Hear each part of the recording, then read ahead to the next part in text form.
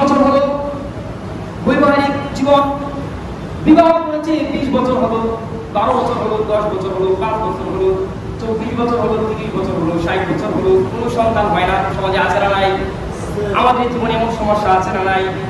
সন্তান হয় না, ডাক্তার কবিরাজ সব কিছু দেখা শেষ, মাজারে যাও, বাজারে যাই, খাজার দরবার যাই, পীরের দরবারে যাও, সন্তানের জন্য বলুন আলহামদুলিল্লাহ। আছে না এরকম? অনেক আছে। আপনার বাপের জীবন গল্পগুলো বলতে বাস্তব। এখন অনেক মানুষ আছে একটা সন্তানের জন্য পীরের দরবারে সারাদিন করে থাকে, সারা বছর, বছরে একবার গোসল করে পীরে।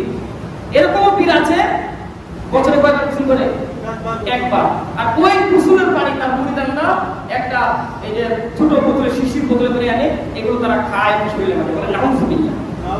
চিন্তা করছেন মানুষের কত বড় আকীদা। আল্লাহ তাআলা বলছেন যে বান্দা, সন্তানের জন্য বাবার কাছে যাওয়ার দরকার নাই, মাজারে যাওয়ার দরকার নাই, পীরের কাছে যাওয়ার দরকার নাই। শোনো, তোমরা যদি আমি আল্লাহর নিকট বেশি বেশি করে ইস্তিগফার করতে পারো, ক্ষমা চাইতে পারো, আমি আল্লাহ ওয়াদা দিলাম ওই ইউমদিদুকুম বিআমওয়ালি ওয়া বানিন, আমি আল্লাহ তোমাদেরকে সন্তান দান করে দিব। সুবহানাল্লাহ। সবই তো আয়াত লাগে, সবই আল্লাহ দিচ্ছে, শুধু আমল কি? ইস্তিগফার। আমল কি? ইস্তিগফার। খাঁটি দিলে আল্লাহর কাছে ক্ষমা চাওয়া, তওবা করা।